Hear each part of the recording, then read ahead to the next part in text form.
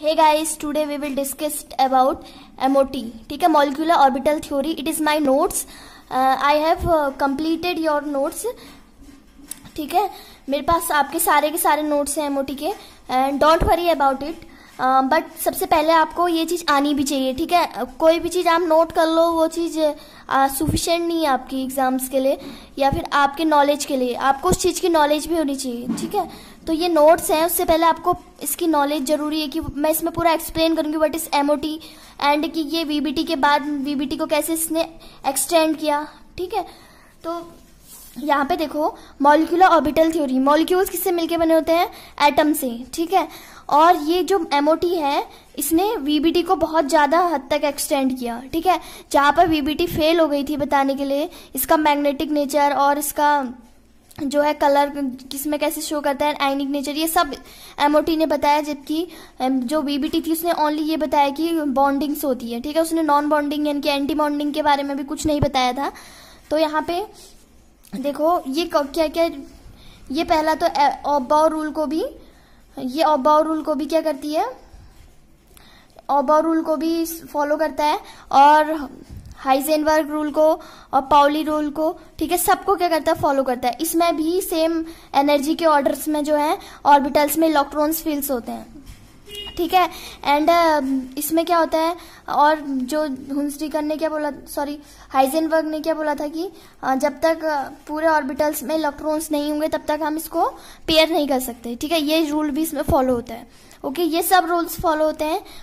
And Schrodinger wave equation, Schrodinger wave equation, इसने क्या, wave equations जो थी उसको भी इसने फॉलो किया और वहीं से ये चीज MOT आई है, श्रोडिंगर से ही आई है. श्रोडिंगर ने क्या बोला, डी ब्रॉगली ने क्या बोला था, इलेक्ट्रॉन जो है वो उसका जो है वेव नेचर भी होता है as well as particle nature भी होता है. ठीक है, तो अगर हम मान लो एटम 1s और 1s, ये क्या है, एटॉमिक ऑर्बिटल्स हैं. ठीक है, दोनों क्या कर रहे हैं, ओवरलैप कर रहे हैं. तो यहाँ पे क्या बना रहा है, एक बॉन्डिंग ऑर्बिटल्स बना रहे हैं, दोनों मिलकर क्या बना रहे हैं, एक ओवरलैपिंग करके एक ऑर्बिटल्स यहाँ पे फॉर्म कर रहे हैं. ठीक है, तो इनका क्या होता है, जो प्रोबेबिलिटी क्या होती है, व्हाट इज ऑर्बिटल, जहाँ पे इलेक्ट्रॉन्स पाने की, जो इलेक्ट्रॉन्स होते हैं उनकी प्रोबेबिलिटी हाई होती है. जब जहाँ पे हम बोलते हैं कि इलेक्ट्रॉन ज्यादा पाए जाते हैं, तो वो किसने बोला, श्रोडिंगर ने बोला. तो अगर हम इसकी बात करें तो एक होता है डिस्ट्रक्टिव और एक होता है कंस्ट्रक्टिव. क्या होते हैं, वेव्स होते हैं. ठीक है, कंस्ट्रक्टिव एंड डिस्ट्रक्टिव क्या होता है, इंटरफेरेंस होता है. व्हाट इज इंटरफेरेंस, आपने फिजिक्स में पढ़ा होगा इंटरफेरेंस. अगर वेव, ये वेव्स होती है, वी ऑल नो दैट ये वेव है. ठीक है, अगर ये सेम फेज में क्या हुई, ऐड हुई, क्या हुई, सेम फेज में ऐड हुई. ठीक है, तो उस समय क्या होता है, इसका जो है, इसका जो एम्पलीट्यूड होता है वो इंक्रीज हो जाता है. ऐसे करके देखो, ये क्या जाता है, यहाँ पर थोड़ा बढ़ जाता है, इतना ज्यादा बढ़ गया है. देखो अभी तक जो चीज छोटी छोटी थी तो इसका एम्पलीट्यूड क्या हो गया है, बढ़ गया. इसका मतलब प्रोबेबिलिटी बढ़ गई इलेक्ट्रॉन्स की पाए जाने की. ठीक है, तो इसका मतलब अगर दो इलेक्ट्रॉन्स, जो दो ऑर्बिटल्स हैं, ठीक है, इसमें ऑर्बिटल्स में इलेक्ट्रॉन होंगे तो उनका वेव नेचर होगा, तो वेव की तरह घूम रहे. तो अगर दो वेव्स जो है सेम में, मतलब सेम फेज में जुड़ रहे हैं तो वहां पे उसका ज्यादा हो जाएगा. ठीक है, क्या हो जाएगा यहाँ पे, इसको बोलते हैं कंस्ट्रक्टिव इंटरफेरेंस. ठीक है, तो यहाँ पे क्या बनता है, bonding orbital. Bonding orbitals means जहां पे इलेक्ट्रॉन ज्यादा पाए जाते हैं, दो न्यूक्लियस ऐड हो रहे हैं. इसमें जैसे 1s है, मान लो इसमें भी इलेक्ट्रॉन रिवॉल्व कर रहा है 1, इसमें भी 1 इलेक्ट्रॉन. तो इनका जो है यहाँ पे क्या हो जाएगा, जब ये जुड़ेंगे यहाँ पे तो इसका भी एक इलेक्ट्रॉन, इसका भी एक इलेक्ट्रॉन आपस में जुड़ जाएगा. ऐसे करके ये आपस में जुड़ गए और क्या बना देंगे, बड़ा. तो ये क्या हो जाएगा, बॉन्डिंग ऑर्बिटल. जहां पे आपस में जुड़ के बना रहे हैं तो वो बॉन्डिंग होता है. और एंटी बॉन्डिंग होता है जहां पर दूर जाते हैं न्यूक्लियस से. यहाँ पे क्या आता है, इलेक्ट्रॉन जो होते हैं न्यूक्लियस के पास आते हैं. ठीक है, जो कंस्ट्रक्टिव इंटरफेरेंस होता है उसमें इलेक्ट्रॉन जो है न्यूक्लियस के पास आते हैं, जिससे क्या होती है, उसकी एनर्जी बढ़ जाती है. अब हमें पता है कि प्रोबेबिलिटी क्या होती है. ठीक है, आपने साई स्क्वायर के बारे में पढ़ा होगा. अब मान लो इसका एम्पलीट्यूड साई ए है, इसका क्या है, साई बी है. तो ये भी साई ए साई बी होगा. ठीक है, ये दोनों ने मिलकर क्या बनाया, साई स्क्वायर ए और साई स्क्वायर बी. जो ये हमें पता है कि प्रोबेबिलिटी डेंसिटी होती है, जहाँ पे इलेक्ट्रॉन्स पाए जाने की जो संभावना होती है, प्रोबेबिलिटी होती है, वो ज्यादा होती है. ठीक है, तो ये क्या हो गया, साई स्क्वायर हो गया. अब साई स्क्वायर बराबर क्या होगा, साई स्क्वायर ए प्लस साई स्क्वायर बी। ठीक है, इसका यहाँ पे लिख लो, मान लो साई स्क्वायर। तो हमें पता है ए प्लस बी का होल स्क्वायर क्या होता है, साई ए स्क्वायर प्लस साई बी स्क्वायर और प्लस 2ab। इसका मतलब क्या हुआ, साई 2ab। ठीक है, तो इसका मतलब क्या हुआ कि 2 गुना क्या बढ़ गया है, इसका 2 गुना एम्पलीट्यूड बढ़ गया है। ठीक है, देखो ये इतना था, ऊपर को बढ़ गया है, तो इसका मतलब अब देखो ऑर्बिटल एक्सटेंड हो गया, तो इसका मतलब एक्सटेंड हुआ, इसका मतलब उसमें ज्यादा इलेक्ट्रॉन्स पाए जाएंगे। अब जो रूम जितना बड़ा होगा उसमें उतने ज्यादा पीपुल्स होंगे, वैसे इसमें भी क्या होता है, उतने ज्यादा इलेक्ट्रॉन्स क्या होते हैं, पाए जाते हैं। तो ये एक्सटेंड हो गया, तो इसका मतलब 2 गुने क्या बढ़ गया, इसमें संभावना बढ़ गई इलेक्ट्रॉन्स की। तो जितनी ज्यादा इलेक्ट्रॉन्स की संभावना बढ़ेगी उतना क्या होगा, इसमें बॉन्डिंग ऑर्बिटल्स, उतना ज्यादा बॉन्ड बनेंगे। जितने ज्यादा इलेक्ट्रॉन्स आएंगे उतना ज्यादा बॉन्डेशन होगा। मान लो एक रूम में ओनली एक जन है, तो किसके साथ बॉन्डेशन करेगा।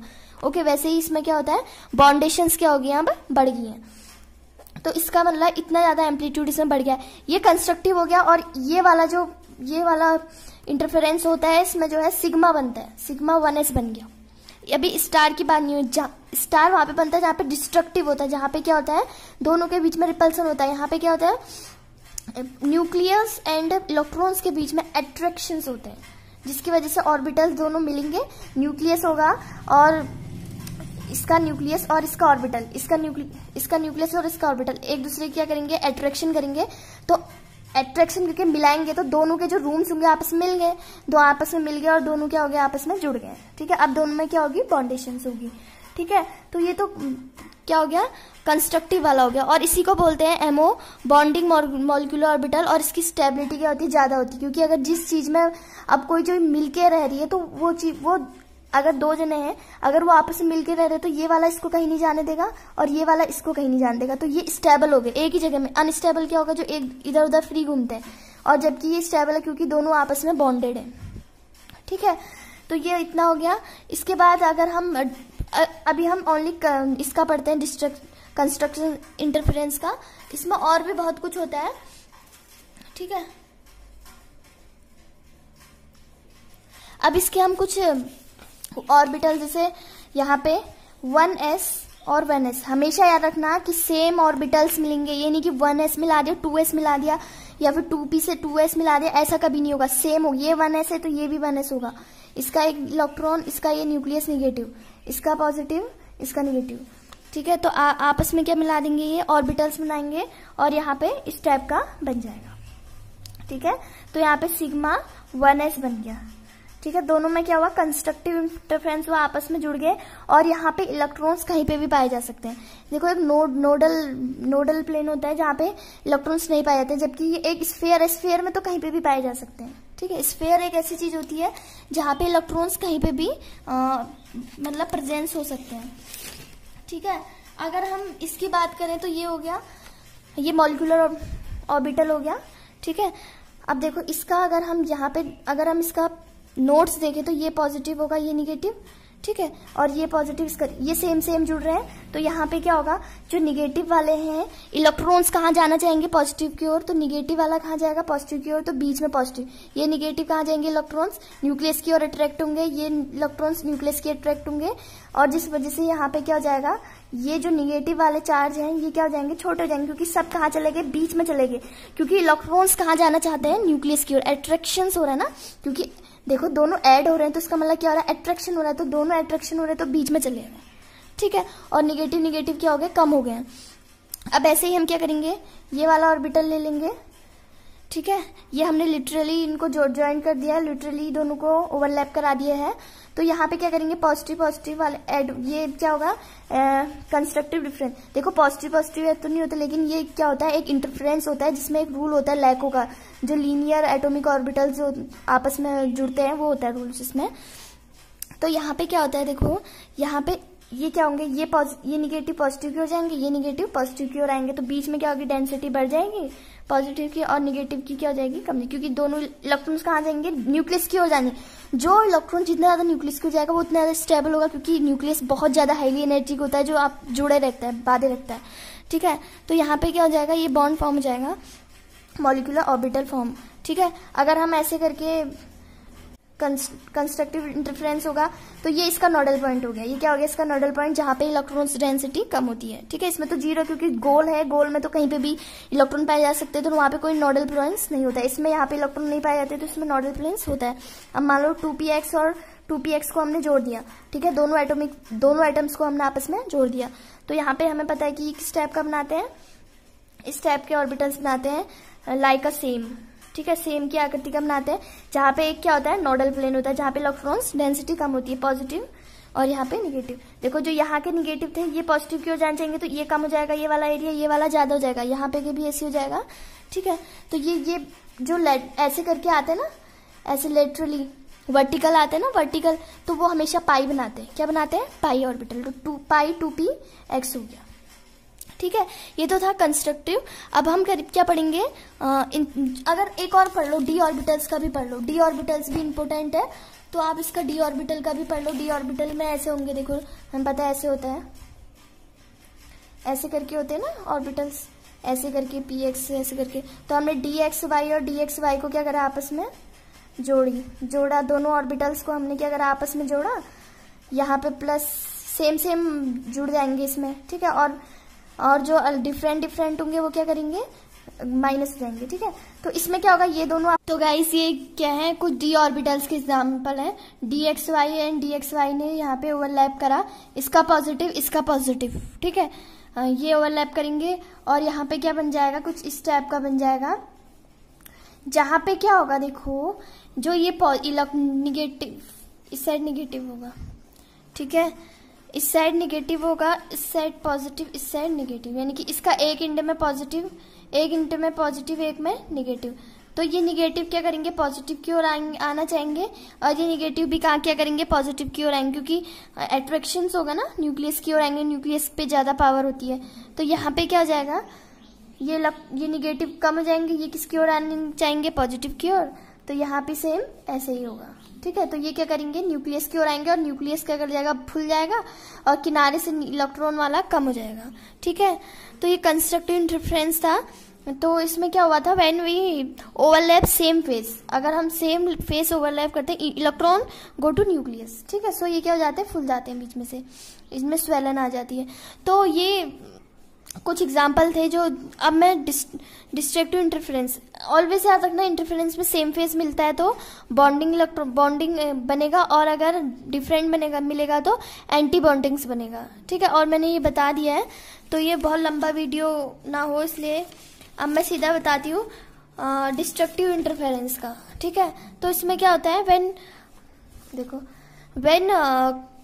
कंबाइन इन अपोजिट फेस, ठीक है, they will try to cancel each other. अब बताए इसमें क्या होता है, इंटरफेरेंस में क्या होता है, देखो चलो पीछे बता देती हूँ। जब अगर सेम फेस जब डिफरेंस फेस आपस में इंटरफेरेंस करते हैं, तो उस समय क्या होता है, वो एक दूसरे को कैंसिल करने की कोशिश करते हैं। देखो ये नीचे है, यहाँ पे ये ऊपर था, यहाँ नीचे, तो सेम डिफरेंट फेज हो गया ना। वहां पे क्या था, ये फेज सेम था, यहाँ पे भी था तो यहाँ पे भी था, तो दोनों ओवरलैप कर सकते। जब दो चीज सेम फेज में तो ओवरलैप करेंगे। अब एक डिफरेंट में है तो ये ओवरलैप नहीं कर रहा, देखो ये ऊपर वाला सीधा यहाँ आ जा रहा है। ठीक है, तो ये एक दूसरे पे ओवरलैप नहीं करेंगे। ठीक है, तो यहाँ पे क्या हो जाएगा, ये किस टाइप का बन जाता है, ये छोटा मतलब कम हो जाता है। ठीक है, ये ऐसा बन जाता है, मतलब जो चीज बड़ी थी उसने एक दूसरे को कैंसिल कर दी, तो माइनस हुआ है ना। ये इसमें क्या हो जाता है, डिस्ट्रक्टिव इंटरफेरेंस में क्या होता है, माइनस होता है। ठीक है, तो YA minus YB, sorry Sai A minus psi B, तो ये दोनों मिल गया, साई स्क्वायर हो जाएगा। ठीक है, प्रोबेबिलिटी निकालेंगे तो क्या हो जाएगा, प्रोबेबिलिटी पता है आपको क्या होती है, साई स्क्वायर होती है। तो साई स्क्वायर निकालने के लिए क्या करेंगे, साई स्क्वायर A और साई स्क्वायर B माइनस। ठीक है, स्क्वायर मत लगाओ, स्क्वायर यहाँ लगा दो। तो A माइनस B का होल स्क्वायर क्या होता है, आपने पढ़ा होगा, Sai A square minus psi B square. ठीक है, तो इसका क्या हो जाएगा, Sai square A plus psi square B minus 2AB। इसका मतलब कितना कम हो गया है, इतना कम हो गया है, तो इसका मतलब इसका इंटरफेरेंस कम हो गया, तो ऑर्बिटल्स का जो अभी तक बढ़ रहा था, 2 गुना बढ़ रहा था, वो 2 गुना कम हो गया, तो अब इलेक्ट्रॉन्स पाए जाने की संभावना कम हो जाएगी। प्रोबेबिलिटी क्या हो रही है, कम हो रही है, माइनस हो रही है। तो इसका मतलब इलेक्ट्रॉन जो ऑर्बिटल्स होंगे वो आप क्या होंगे, दूर जाने की कोशिश करेंगे। तो इसमें क्या होता है, सिग्मा स्टार बनता है। क्या बनता है, तो जो प्रोबेबिलिटी अराउंड द न्यूक्लियस हो जाएगी इसमें डिक्रीज करेगी ना न्यूक्लियस के पास में, क्योंकि 2 गुना कम हो गया न्यूक्लियस से। ठीक है, अभी तक जो देखो अभी तक न्यूक्लियस से जो बहुत बड़ा था वो क्या हो गया, कम हो गया, तो इलेक्ट्रॉन्स क्या होंगे, कम पाए जाएंगे। तो इलेक्ट्रॉन्स कम पाए जाएंगे तो क्या हो जाएगा, दोनों अलग अलग होने की कोशिश करेंगे। जैसे ये 1s है, ठीक है, और ये भी 1s है, इसका क्या होगा निगेटिव, इसका पॉजिटिव, तो अलग अलग जो होगा तो इसमें साइड फेस मिलने आएंगे तो क्या होगा, ये दोनों एक दूसरे को क्या करते हैं, रिपेल कर देते हैं और क्या हो जाता है, अलग अलग टूट जाता है पार्ट्स में। तो इसमें एक नोड हमें मिलता है, एंड नोड कितना मिलता है, 1 होता है, तो इसी को सिग्मा स्टार बोलते हैं। एक जब बॉन्ड ब्रेक होता है ना तो उस समय वो सिग्मा स्टार में चले जाता है, सिग्मा से किसमें चले जाता है, सिग्मा स्टार में इलेक्ट्रॉन चले जाते हैं। तो सेम ऐसे इसमें भी होगा, अगर हम ये वाला करें तो हॉरिजॉन्टल वाला करें तो हॉरिजॉन्टल वाले में क्या होगा, इसमें क्या होगा, मान लो px और px में करा दी हमने, ठीक है, तो यहाँ पे चलो pz में करा दी, तो यहाँ पे क्या हो जाएगा, ये अलग अलग हो जाता है। ठीक है, इसका ये सिरा इधर हो जाएगा और इसका ये सिरा क्या हो जाएगा, इधर हो जाएगा। ठीक है, ये निगेटिव ये पॉजिटिव, और यहाँ पे निगेटिव ये पॉजिटिव। ठीक है, यहाँ पे पॉजिटिव निगेटिव तो ये पॉजिटिव और ये निगेटिव, क्योंकि न्यूक्लियस से दूर जा रहे हैं ना इलेक्ट्रॉन, तो इलेक्ट्रॉन दूर जाए तो इलेक्ट्रॉन वाला पार्ट अब क्या हो जाएगा, ज्यादा डेंस हो जाएगा, और ये पॉजिटिव कम हो जाएगा क्योंकि यहाँ से दूर जा रहे हैं इलेक्ट्रॉन्स। सेम यहाँ पे भी होगा, यहाँ से दूर जा रहे हैं इलेक्ट्रॉन्स। ठीक है, सेम अगर ऐसे वाला करेंगे ओवरलैपिंग, तो इसमें भी क्या हो जाएगा, ऐसे अलग अलग चले जाते हैं। ठीक है, अलग अलग पार्ट्स में ये चले जाते हैं। यहाँ पे मान लो पॉजिटिव, यहाँ पे निगेटिव, यहाँ पे पॉजिटिव, यहाँ पे, तो निगेटिव वाला पार्ट इधर चले जाएगा, पॉजिटिव इधर। तो इस तरीके से इसमें कितने नोड्स हो जाएंगे, 1 2 नोड्स हो जाएंगे। ठीक है, नोड्स पेयर कितने हो जाएंगे, 2। तो इस तरीके से ये डिस्ट्रक्टिव हो गया, ये कंस्ट्रक्टिव इंटरफेरेंस हो गया, जिस वजह से सिग्मा और सिग्मा स्टार बन रहे हैं। और सिग्मा स्टार हमेशा क्या होता है, इलेक्ट्रॉन डेंसिटी कम हो रही है तो इसका मतलब अनस्टेबल होगा, इधर उधर भागेगा इलेक्ट्रॉन लेने के लिए, क्योंकि अब इसके पास जिसके पास इलेक्ट्रॉन्स हैं वो क्यों जाएगा कहीं, उसके पास तो इलेक्ट्रॉन पहले से है। ठीक है, तो इस तरीके से ये अनस्टेबल होता है सिग्मा स्टार इज अनस्टेबल। ये लेटरल ओवरलैपिंग हो रही तो ये पाई स्टार हो गया। ठीक है, पाई, तो इस तरीके से लेटरल में पाई बनते हैं और हॉरिजॉन्टल में क्या बनेंगे, सिग्मा। तो इस तरीके से क्या होगा, पाई जो स्टार वाले होंगे एंटी बॉन्डिंग होंगे वो अनस्टेबल होंगे और वो स्टेबल होंगे। Thank you for watching. And मैं सेकंड में इसका पूरा डिटेल से क्वेश्चन के साथ कराऊंगी, ये एक बेसिक लेवल था। सेकंड वीडियो पक्का देखना। Thank you for watching.